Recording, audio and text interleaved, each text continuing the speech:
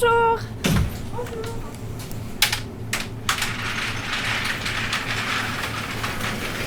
Vous allez bien? Oui, merci. Oui, ça va, merci. Les gens ont commencé à raconter des histoires sur moi, parce qu'on aime toujours raconter des histoires sur les gens plus fragiles. Et voilà, ils faisaient des blagues plus ou moins sérieuses sur le fait que j'étais une romande garou, comme un loup-garou. Es war wie, nicht wirklich, es war wie in einem ganz schlechten Film.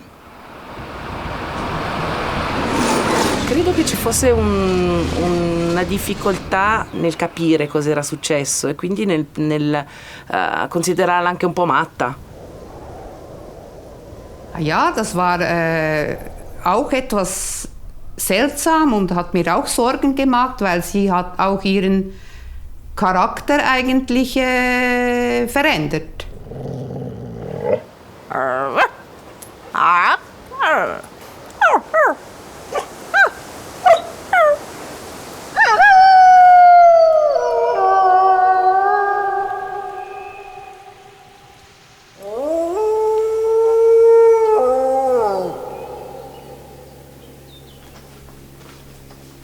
J'ai pas toujours parlé français. Jusqu'à il y a 3 ans, ma langue maternelle, c'était le suisse-allemand. Je suis née de parents suisse-allemands, j'ai fait l'école en suisse-allemand et j'étais d'ailleurs pas très douée en français. Et tout allait bien jusqu'au jour où j'ai eu un accident. J'ai eu une attaque cérébrale. Et j'étais vraiment perdue. Je savais pas si j'étais au paradis ou sur Terre. Et jusqu'au moment où mon bon ami Marco est arrivé.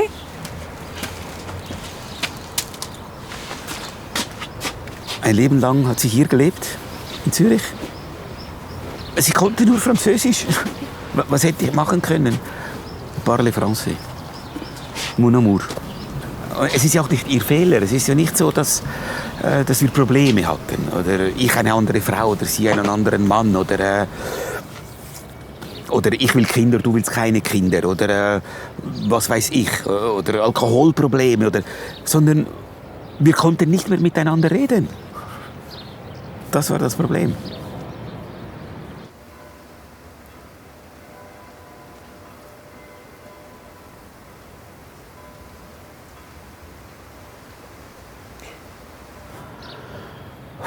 Das heißt, sie hat es probiert, wieder das zu lernen, was sie ein Leben lang gesprochen hat.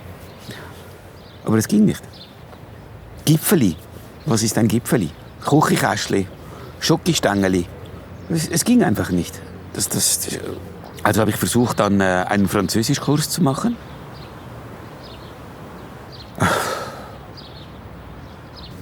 Et je pense que le plus difficile, ça a été vraiment les rapports intimes. Il me parlait en suisse-allemand, je comprenais pas ce qu'il me voulait. Je lui demandais de faire certaines choses, il comprenait pas ce que je voulais. Et puis voilà, il me disait ich liebe dich. Moi, je lui disais je t'aime, mon amour, et il me disait ruf, auf Deutsch, bitte schön. Et voilà, c'était. Wir haben alles versucht oder vieles versucht. Aber es war nicht genug. Wir sind jetzt ja getrennt. J'ai eu besoin de partir et de me retrouver quelque part où on me connaissait pas. Ja, so kann man es gut sagen. Das ist absurd. 2 fremde Menschen, die sich lieben.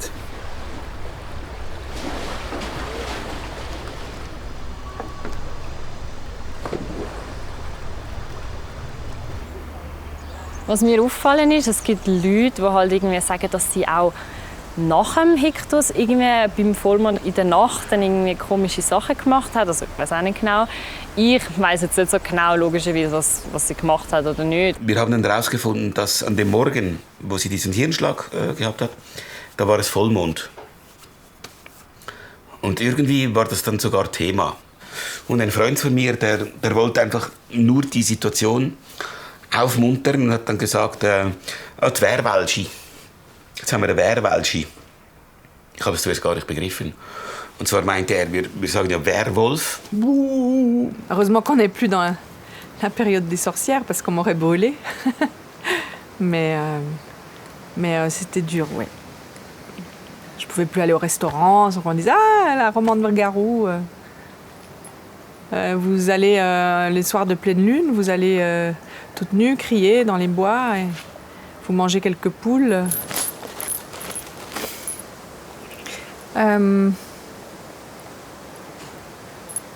Et Chiro, arrête, hein, s'il te plaît.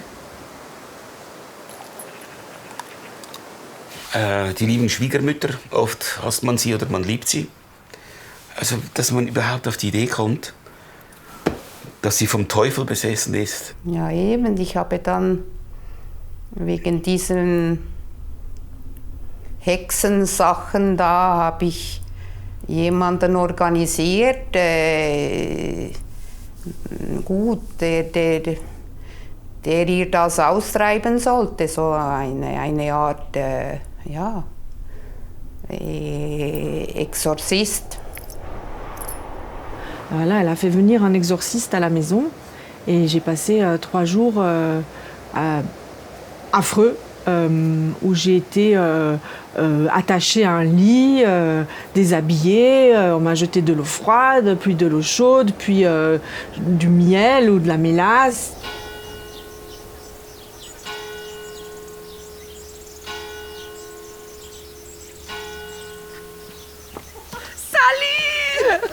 Samira! Oh. Je te vois pas assez, t'habites beaucoup. Io credo che Ruth e Marco abbiano un grande percorso da fare se vogliono riavvicinarsi e sicuramente la lingua è una delle basi importanti per questo ravvicinamento. Potrebbe essere proprio l'italiano, il ticino, magari trasferirsi insieme, chi lo sa. Vediamo se l'amore è abbastanza forte per superare anche questo ostacolo. Ah, alors la question de la langue italienne, c'est une grande histoire d'amour. C'est aussi quelque chose d'assez improbable et bizarre qui m'est arrivé après l'accident. Samstagmorgen, es war Frühling. Wir wollten uns einen schönen Tag machen. Es schien alles wieder ein bisschen besser zu werden, trotz den ganzen Problemen. Und dann kommt sie und sagt, in einem super klaren, guten Italienisch sagt sie Bellinzona. Also, was heißt, Schatz? Was meinst du? Qu'est-ce que tu dis? Mercato. Gelato. Quand arrivent les beaux jours, ou la période de Pâques, on va dire, j'ai une envie, un désir, mais profond et irrépressible, de prendre ma petite voiture et de filer au Tessin. Entschuldigung, aber ich wusste nicht mehr weiter. Was kommt übermorgen? Rätoromanisch. Verstehen Sie? Es war einfach zu viel. Es war einfach zu viel. Il grande vantaggio è che in Ticino la gente, ma tutti, parlano tantissime lingue. Mi scusi, signore, sono completamente persa. Mi saprebbe dire dov'è la Piazza Grande? Ma che bello, mi parla in italiano. E che qui mi parlano in tutte le lingue, ma io parlo solo italiano. Piazza Grande è giù di qua e praticamente se la trovo davanti. Grazie. Prego. Signore? Sì? A me piace l'italiano.